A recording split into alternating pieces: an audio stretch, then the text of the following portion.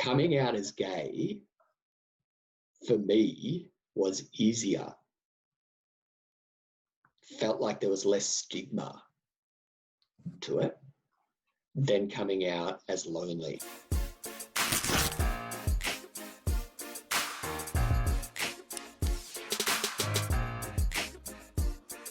Ladies and gentlemen, what is going on? I'm super excited for today's episode because we are going to peel back the label of loneliness. We are going to reveal what authentic connection looks like for us, and we are going to help empower you to do the same for yourself. Today's guest is the loneliness guy, Phil McAuliffe. And Phil, why don't you introduce yourself and kind of what you're up to as the loneliness guy in the world? Yeah. First of all, Nathan, thank you so much for having me on. I guess the loneliness guy for a very long story short, it's a site for primarily gay men, but loneliness, as we know, doesn't discriminate at all. And it's a site that's expressly designed to talk about loneliness in a way that destigmatizes loneliness and then promotes authentic connection for gay men wherever they are in the world. Now, as humans, gay, straight, whatever, wherever we sit on the sexuality spectrum, we suck at talking about loneliness. Yeah. And I find it fascinating, and I'd be really keen to find out from you, Nathan, and your work on loneliness, but also from the viewer into the future. Like, there is such a stigma when we talk about loneliness, and my audience tends to come to me not because they've searched for loneliness on Instagram or on Facebook, because really gay men don't go to Instagram to engage on matters of the mind and heart. It's matters of the body generally that has gay men going to social media. But my audience are almost there without hope, and loneliness is that kind of reckoning with loneliness is what remains after you've tried everything else. And what we then get to engage with directly is the stigma of loneliness. And from my own experience, and the loneliness guy was born out of my own lived experience, was that we end up kind of hoping, wishing, trying stuff that will dissipate the thoughts and feelings, like the awful thoughts and feelings that we might not actually know to be loneliness, the behaviors. And it's only when everything else has been tried and failed and you're almost at the end of your tether that you go, maybe I am lonely, or maybe someone in our lives says, really, are you lonely? That's then when I come in. Yeah, it's so interesting. I think what I've found in my work as well is that's probably across the board, wherever you fall on whatever spectrum, as you said, it impacts all of us as human beings. And I think part of it from my perspective is we don't know how to talk about it because we've never been taught. There's a feeling of, as you said, the stigma, right? And the stigma can come from all different places. Like for your audience, it could come from their perception of the label of being a gay man. For me and my audience, majority, it could be because of the stigma behind the label of what it means to be disabled. And it's I call it the burden that we all carry. Yeah, right. We all deal with it. And the thing we want to do the most, we don't have the skills to do it in the moment if we're trying to do it by ourselves. Yes, yes. And the cruel irony, cruel, like, but also cool. So take the R out of cruel and you've got cool. I'm just coming up with this right now. Like this is probably, a moment of genius, perhaps. I don't know where this is going. But the irony, cruel or cool or otherwise, of loneliness is that we desperately try to fix it ourselves. But loneliness at its core is simply an emotion, like happiness, like joy, like grief, like every other emotion that calls us to say, I need connection. Mm-hmm. That's it. That's it. Everything else that goes on top of that.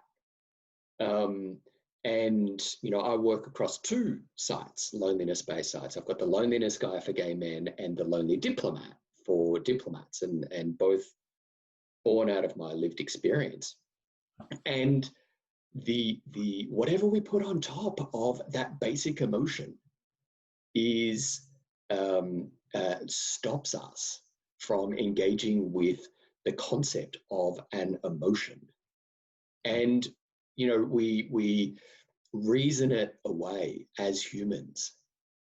And I see this all the time, and Nathan, you must see this all the time. And I still say this within myself, surprisingly, as enlightened about loneliness as I am now. But I'm like, I shouldn't be lonely. I shouldn't be feeling this way. I've got this, that, and the other thing going on in life. I shouldn't feel this way.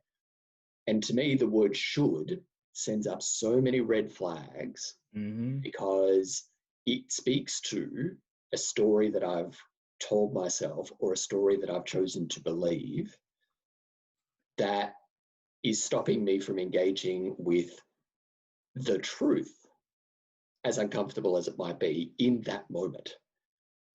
And when it comes to loneliness, because we've just piled so many thoughts and feelings, and we don't have the language for it, we don't have the emotional language for it, we don't have the verbal language for it, so we kind of stammer and kind of loneliness is like the second level. So you might say something, and society right now is moving towards I'm feeling disconnected. Pardon me, I don't know if I can swear, but I really want to swear right now. It's no, I can swear? Yeah, go ahead. Okay. Fuck that. Shit. No, it is no. If you are saying to me that you want better connection in your life, we need to go one step, be brave and courageous and go one step deeper and admit that we're lonely, because great things can then happen from that. Yeah. That's my work. There's so much power in the fact that you don't want to go that one step further because it's attached to a feeling of worth. And when you want to say, I'm lonely, that means I'm weak, that means I'm not enough, that means all these made up negative connotations. So that's a scary place to be. And I'm curious, because I know you talk a lot. We say the same thing a lot in different kind of ways, and you use the term of the mask. Yeah. And I recently talked about how the hardest thing about the mask is we are so good at playing the role. When we start to peel it off, it's scary because we don't know how to survive, because we've never been our authentic self. And before we got on the show, I asked you about one of the biggest labels that's impacted your life, and you used a very interesting word that I agree with for most of my clients and myself, the idea of expectations. So can you talk about your experience with that? Yeah. So All right, so I'm in my early 40s now, and for the since '99, right? I finished university, head full of ideas. I did a degree at a university in Australia, so I'm Australian, and on like international relations, and I got a job in the Australian Public Service and moved to Canberra, and I, like, head full of ideas of what to do, what I wanted to do in the world. Over time, I had two diplomatic postings myself. My then wife had two diplomatic postings, including one here to Wellington. That's why I'm here in New Zealand. And so spent much of the last 20 years in between times living away from Australia. And when you do that as a diplomat, you assume the role, and it's said directly, and you're so eager and want, like, you feel passionate. Like, diplomacy is not a calling or public service is not a calling that you do for the money. You do because you love your country and you want to promote its interests overseas.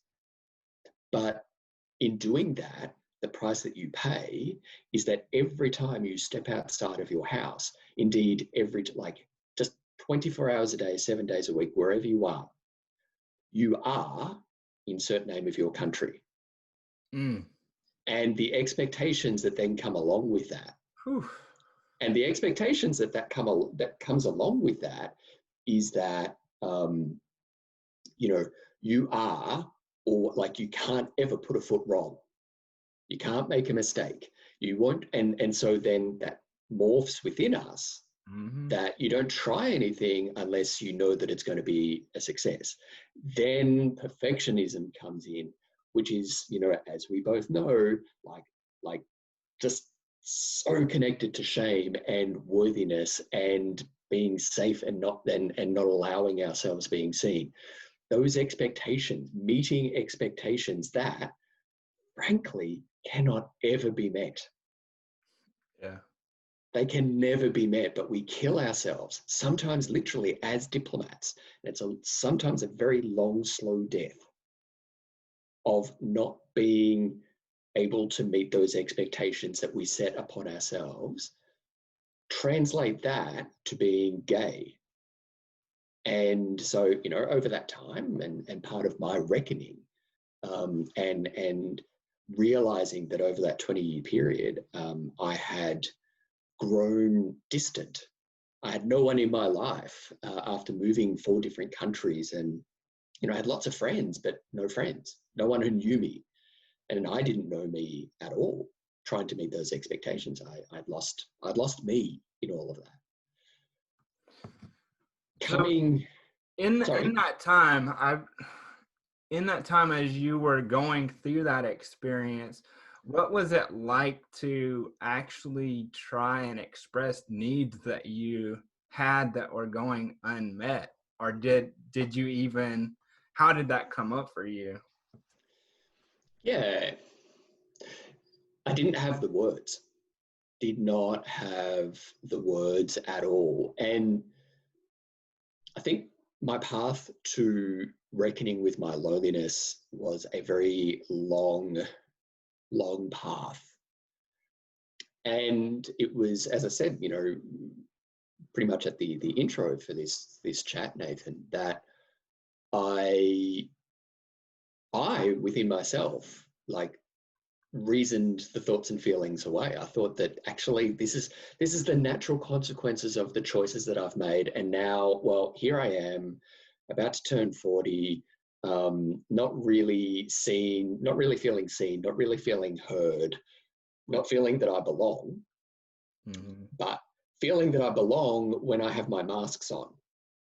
And feeling that, the world, and this is the terrifying part for me, in peeling off the masks, that the world was actually, got to know Phil the mask, not Phil me. Yeah. And so it wasn't it wasn't like a, wake up one morning and bright sunny morning and going, hark, I feel lonely now. No, it wasn't. And it was almost, I think I was listening to a podcast on the subway on the ride home from work one night, and like it just sort of occurred to me that it's like, shit, maybe I am lonely. And then I sort of reverse engineered it, and I'm like, I don't have anybody beyond my wife who I can feel that I could pick up the phone right now and go, well, actually, I haven't seen you for like 5, 6, 7 years in person. Like, how's the husband? How's the wife? How's the kids? How's work? And oh, by the way, while we're wrapping up this conversation, I think I really need some help. Can I, you don't do that. Like, it goes to feeling like you're a burden. Yep. Of course you're not, but still I feel like keenly. And that was a terrifying realization. And I went to Google, like everyone does, and like, Google, cure my loneliness. Why do I feel so shit? And Google came back, said, you've got to put yourself out there. I'm like, okay, stupid Google. Like, I'm in Korea right now. I can't do this in Korean. And, I'm an Australian diplomat. I need to be perfect. And so I called my employing agency's counseling service, and they'd do a counseling call for 10 minutes or something like that.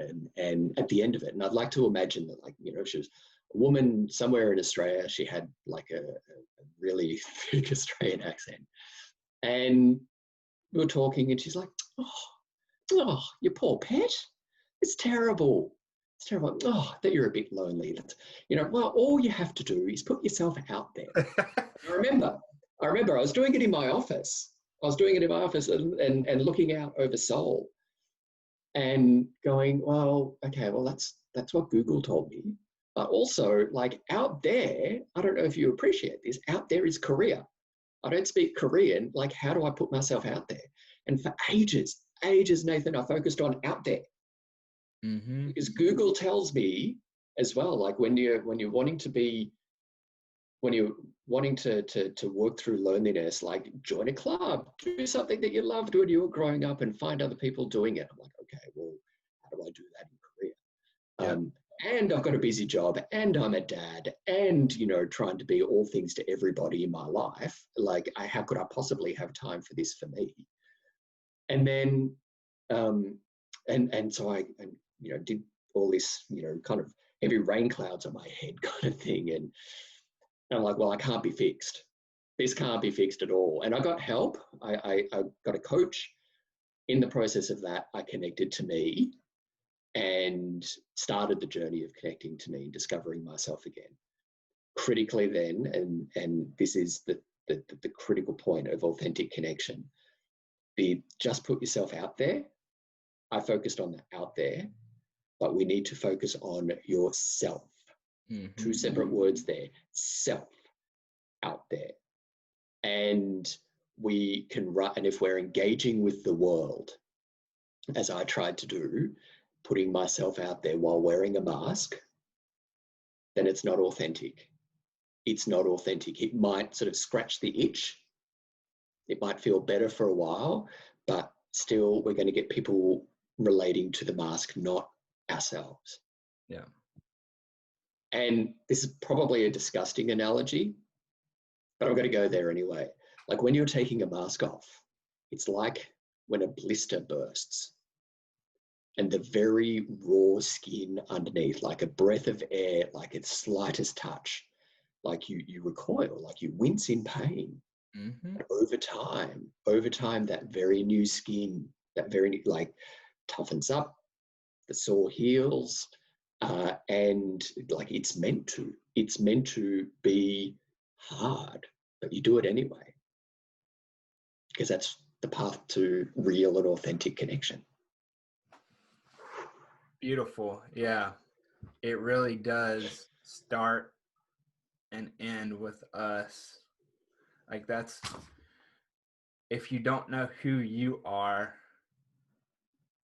you're gonna feel that sense of something's missing. I'm not good enough. If you don't understand who you are, what you want, it's really hard to have that fulfilling feeling for yourself. I'm curious, when you realized that you needed to connect with you, what did you kind of find out about yourself that maybe you had lost along the way? It's a brilliant, brilliant question, and actually really timely, if I'm being honest, because I don't know, like, it's a process that's ongoing, and it's not a clean process. It's definitely not linear. It's not like, well, sorted, I'm out, and like, you know, I'm going to write about this and how you do it. And like, no, I'm very much in the process of living this myself still. That journey of self-discovery is at once fascinating for me, also terrifying. So I go with the word exhilarating. But what I lost was, I had spent so many years at work in life, living up to the expectations that I thought that other people had of me. There's the word expectations again. And it's an impossible game to play. Well, no, it's an impossible game to play. It's an impossible game to win. And I feel that so many of us play it, but we can't ever win, because we're playing a game where the goalposts always move. The rules always change. Yep. And whenever we think that we've just got it sorted, and work is a brilliant example of this. Like we think that, you know, we miss out on a promotion, so we change ourselves, or we miss out on an opportunity, so we change ourselves, so we're better at it. And then we go for promotion again, going, yes, I've done this, I've said this, I've, you know, written this piece of work, whatever it is. And then someone else gets it. You're like, well, hang on, I just bloody changed all of that. Like, I worked so hard, like I did the longer hours. I deserve this. It's like, no, what you've just done is like sacrifice yourself just a little bit more for the appeasement of others. And it takes such courage, absolute courage, to go, I'm not playing that game. I'm going to be me. And that, like, still, like, I get passionate about it because it's so emotionally raw within me still,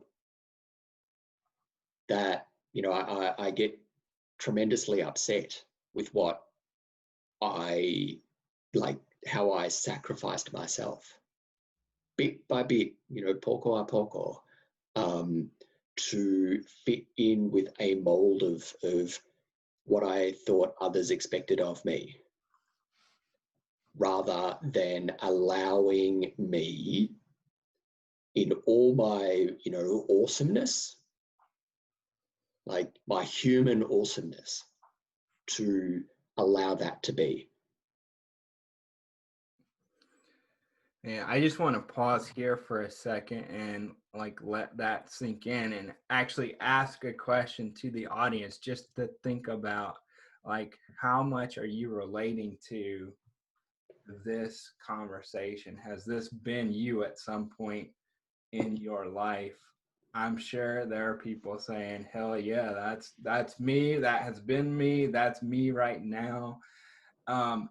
And it's so interesting, like the idea of getting upset and frustrated about having that experience, but without that experience, you wouldn't be here today to be able to impact the lives that you do, because it was your lived experience, or is your lived experience. Present progressive tense. Yeah. It's absolutely continues to be the lived experience. Absolutely. So I want you to imagine that you are now in charge of writing your own dictionary. All right. and we come to the word relationship. Yep. What comes after that as the definition for you? The first, like, genuine. Don't know if like genuine is a feeling, but like I as soon as you said that, like I just like, like genuine, authentic, like showing up as you are. Showing up as you are. Yeah, absolutely. I mean, I feel that right now. And when I talk about it, I say it's actually relationships are a collaboration of energy because we are in relationship with everything. Yeah. Yeah. Yeah. I've been, I don't know about you, Nathan. I'm terribly pragmatic. Like, if I was to say, pragmatic could be a fault, like it's me. And I've been reading, listening to a lot of content and sort of cogitating on it over the last little while. And I found myself going, like, relating to this, like but I don't want to dismiss it. I'm trying to think of more appropriate words, but like the woo-woo, like the esoteric. That's the word, esoteric. And when people talk about, vibrational frequencies, or, like my kids say, we're vibing and stuff, and I'm like, I don't know what that is. Like, what does that mean? But for the lonely mind, for the lonely soul, beautifully encapsulated in the human form, we can be so eager / desperate for connection that we can continue to sacrifice ourselves in order to fit those expectations that others have on us. And for me, it's interesting. In the gay community, in our gay community, I mean, it's like saying, in the Australian community, or like, it's far too general, right? But I've been receiving feedback, sometimes solicited, mostly unsolicited, that I'm too intense. Like, and I have been reflecting on this.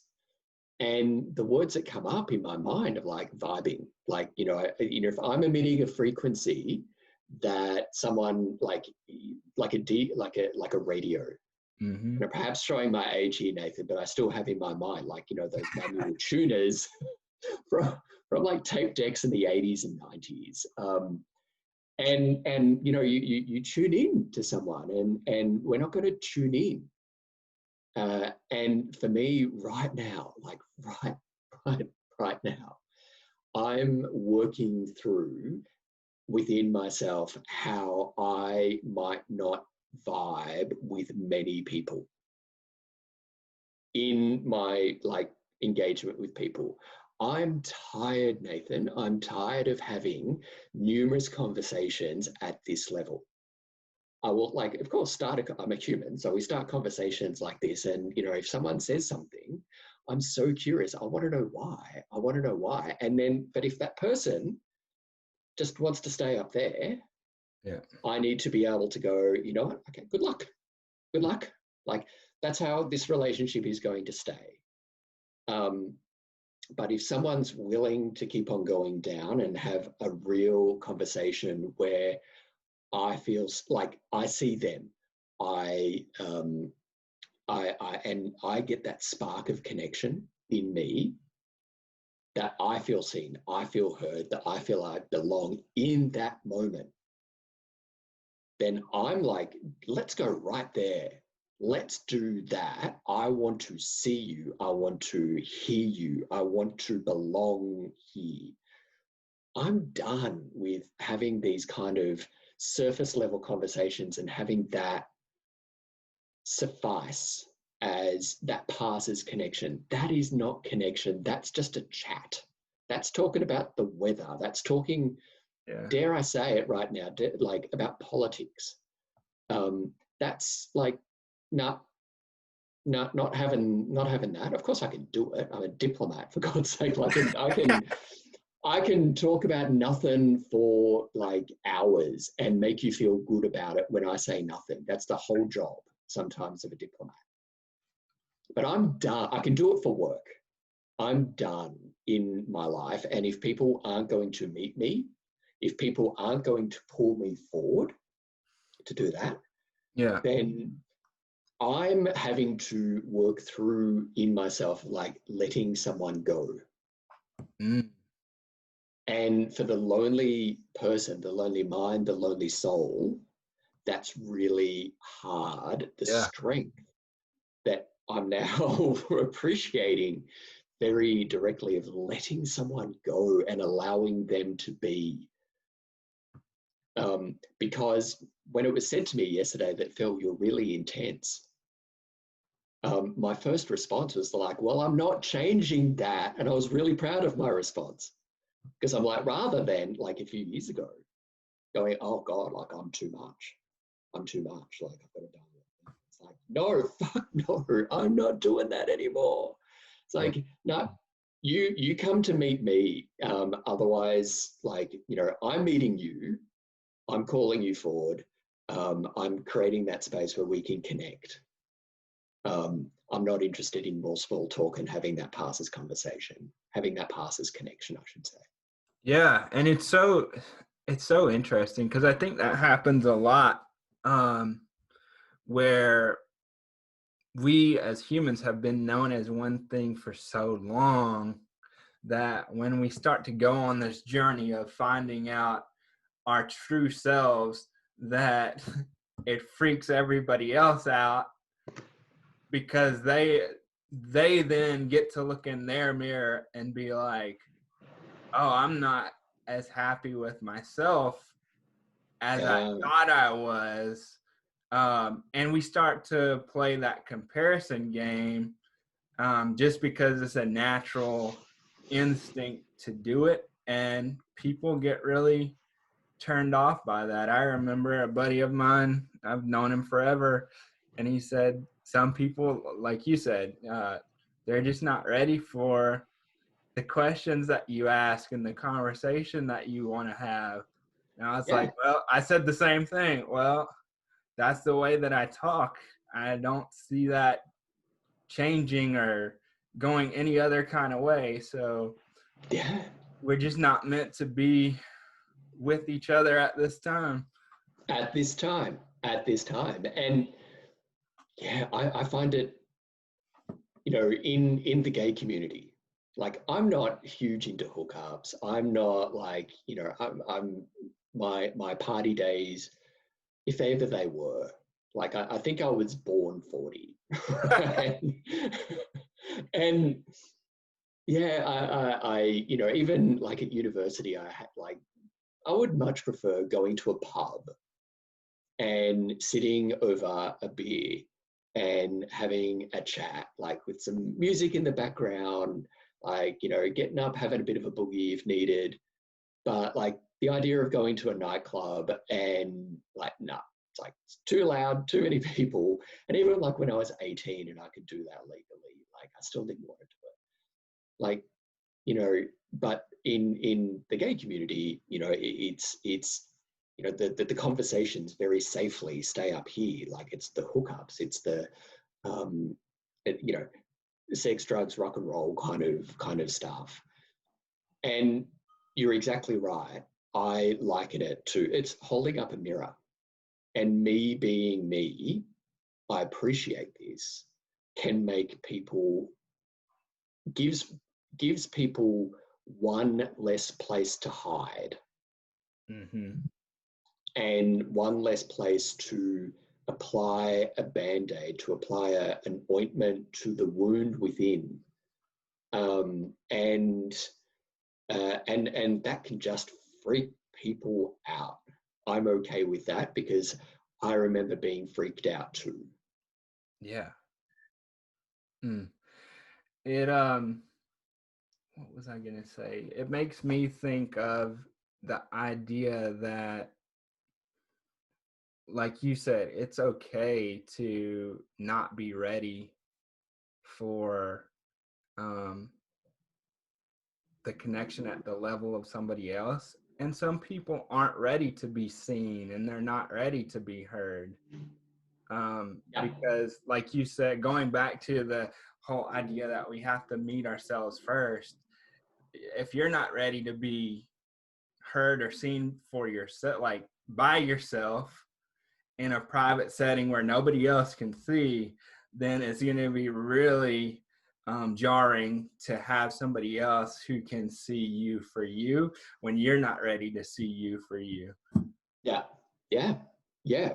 And one of the beautifully ironic things, Nathan, like in my life experience, I've essentially come out twice, right?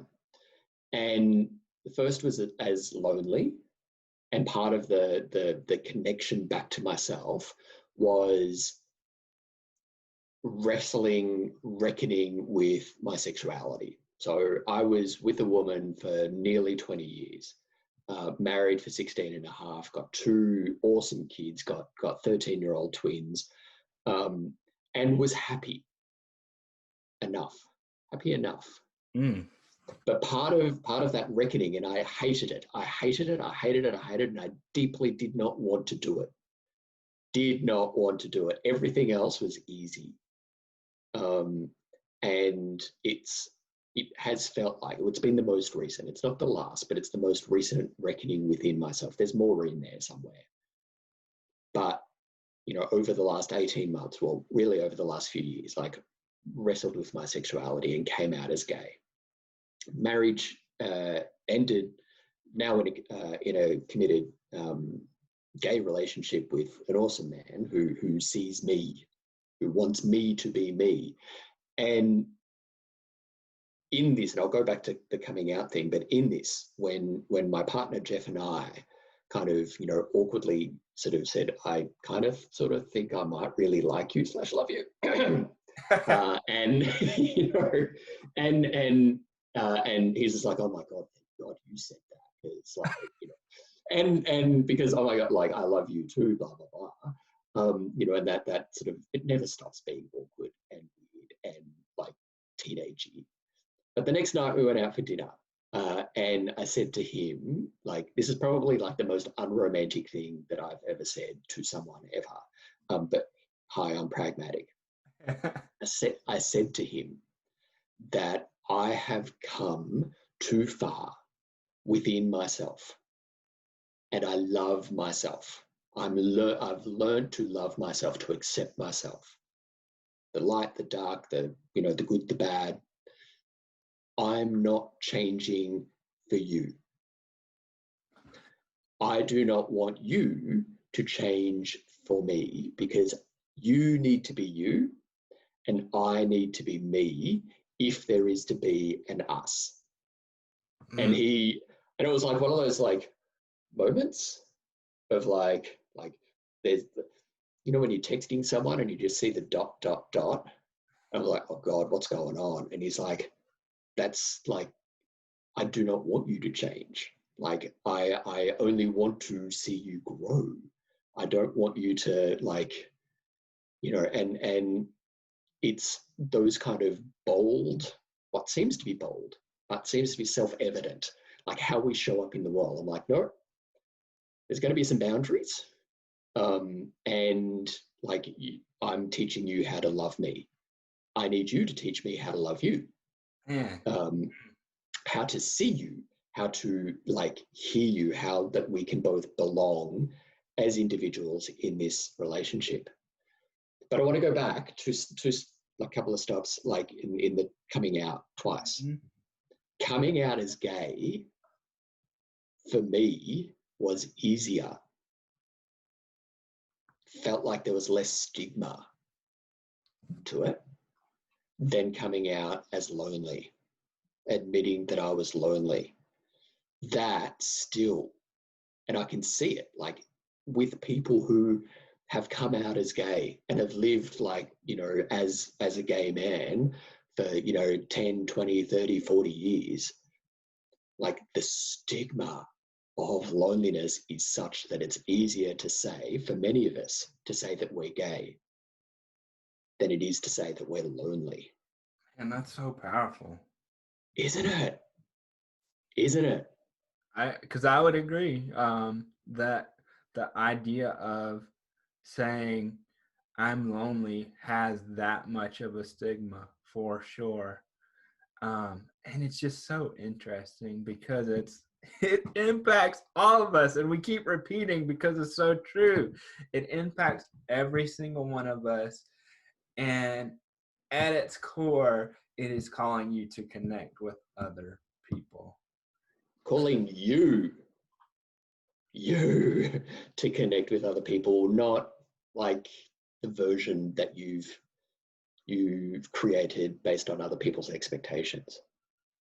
Man, so let's say there's somebody, they're watching this conversation, they're listening to it, and they're like, holy crap, what in the world do I do now? I relate so much to this. I'm sitting on the fence. I feel lonely, but I don't know what my next step is. What's one step that you can offer to help them become more empowered to take that step into finding themselves?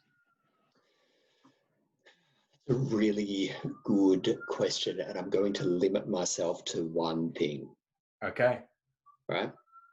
You have to do connection. To connect is a verb. And me and words are like that. I've got a lot to say. I've got a lot to write. Give me numbers, can't deal. But me and words are like that. And like connection, to connect is a verb. You have to do it. And you're not going to do it perfectly. You're not going to do it cleanly. You're not going to do, but in doing connection, you need to own why you're doing it. Mm-hmm. So simple surface, do connection, and then there's a whole lot of stuff under that. So one of the things I say under that in terms of doing connection is use social media for good. So if people have come to this through social media, through your Instagram page, site, whatever the kids call it, then, there's this wonderful button that's the flying plane, the paper plane. Use it. Reach out. Do what you've done to me, Nathan. Like, use it and go, hey, like, that's all it needs to be. Hey, how you going? This is, saw you on this chat, or I read this post, or I did this. It's like, it did this, or I've got a question. Yeah. Do it. Do connection. Pick up the phone. Like, we've all got these in our hands, and we use Instagram and Facebook and Twitter and TikTok and Snapchat, whatever it is. But do we actually use it for the phone? It's got a camera. Like, we can do this. We can chat face to face, even if we can't be in the same room. You could be in South Carolina and I could be in New Zealand, having this kind of connection. Like, the only thing that I can't do, Nathan, is give you a hug. Yeah. And make a cup of coffee or a cup of tea and have a great chat around the kitchen table, but we can do almost the next best thing. The connection that we need starts when we do something, not observe. Stop thinking. Stop feeling it. Do it. That's just the way you frame that right there in the stop thinking. Thinking is what gets us in that mode of expectation. Like, don't think, because think leads to comparing, and comparison leads you to nothing. Like, at least stuck. Yeah. Thinking leads to the shoulds. and the shoulding. And someone, like, I had someone on my podcast the other day, and I'm like, oh, I'm going to have to use this. So I am going to use this now. Stop shooting all over yourself. Yeah. Mm-hmm. Like, that's brilliantly graphic, but stop shooting all over yourself. And the shoulds come when we think. It's like, because we can reason away anything.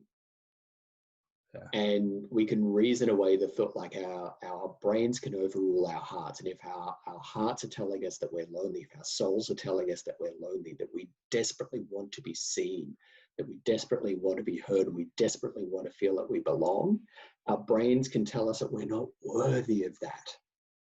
Our brains can tell us other people are too busy. Yeah. And Nathan, you shared something that I loved on Instagram stories the other day. And I think if I didn't, I intended to, but responded to you, go, oh my God, I love this. And it was a scene from The Office. And you're like, my response when someone says that they're a burden, it's like, no. It's like, hi, like, I'm like the Olympic champion at reasoning away that I'm a burden on other people. Like, game, set, match, give the gold medal to Australia, like, play the anthem, I'm it. I'm like the world's best. I'm a burden. I don't want to trouble people. I guarantee you that, and particularly with loneliness, we can feel that, like, oh, we've got friends, so I can't be lonely. Bull fucking shit. If you're not allowing yourself to be seen, yeah, you could have like tens of thousands of Instagram followers. You could have like parties, every socially appropriate parties at this time of year, people, please. Not this time of year, but in this kind of global situation. But you can have all the people you want in your life, but unless you're being seen, loneliness is coming or is already there. Yeah. And so it really is. It's the stop thinking and feel, and then speak from and act from your heart, your soul. And that's something that we don't know how to do. Yeah. And as you said, Phil, we're from two very different parts of the world, and we share the same experiences in common. It doesn't matter where you're at. It doesn't even matter, like, it culturally may show up different, but guaranteed it shows up. Yep. And that reason away is like, I can't feel this because, and the comparisons, like, it's why I love your work in terms of the labels, beyond all the labels, whatever's put on us, whatever we willingly put on ourselves. Humans. Yeah. Humans, all subject to the human experience. And once we accept that and allow ourselves to be how we are, and allow ourselves to be lonely, because we will inevitably feel lonely from time to time. Yeah. And if we don't do something and it slips into chronic loneliness, it becomes our default state. Hi, welcome to my state of world, state of mental and physical presence. It's harder then. Loneliness is meant to be temporary. Yeah. And it's so interesting because I was on a call the other day and we were talking about the pandemic and loneliness and saying how they hadn't seen an increase in numbers. I was like, that's just because it hasn't gone on long enough. The numbers are going to go up. It's a chronic situation that we're in. But if you're sitting there and you're feeling it, no, first and foremost, you're not alone. Here are two guys that talk about this subject on a regular basis from different life experiences, and you have everything within you to get to the state of being that you want to connect with. Is there anything before we wrap up that you want to make sure and share with the audience today?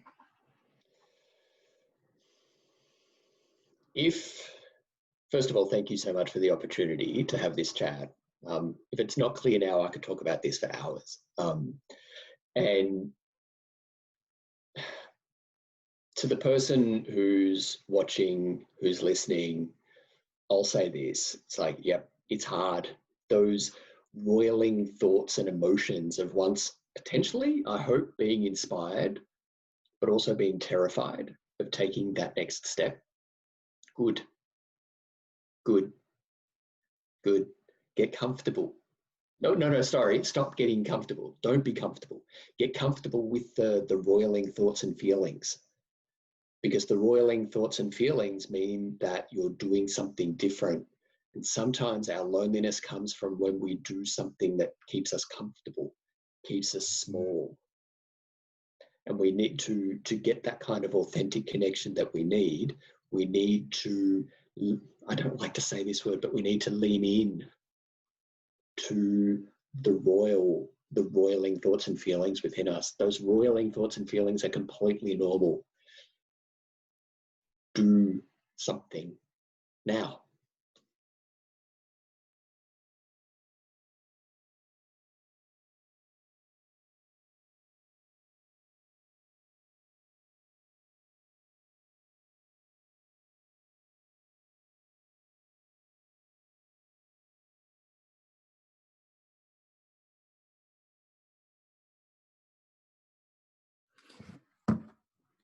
Call a friend. Like, put this on pause. We're almost through. Put it on pause. Call a friend and come back, because you're not going to want to miss the answer to this last question. It's going to be important for you. But now I'm nervous, Nathan. So, when you think of no label defines me, what does that mean for you?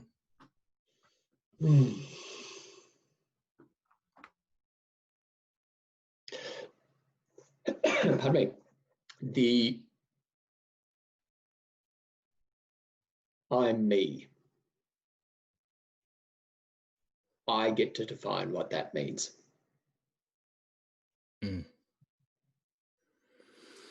So if that's your definition as well, what does that mean for you, the listener, the watcher, the eradicator of labels? What does that mean for you? Because you're meant to connect. You're meant to lead, you're meant to love, and you're meant to listen. Lead yourself so you can lead others. Love yourself so you can love others. And listen to yourself so you know how to listen to others. And I just want to take this time to acknowledge you for being as open as you were for this conversation, diving into the difficult topic of loneliness and sharing your unique experience and your gifts with the audience here today. It's been a privilege and an honor to be here, Nathan. Thank you so much for having me. And with that, you guys can catch another episode Fridays at YouTube and on Facebook.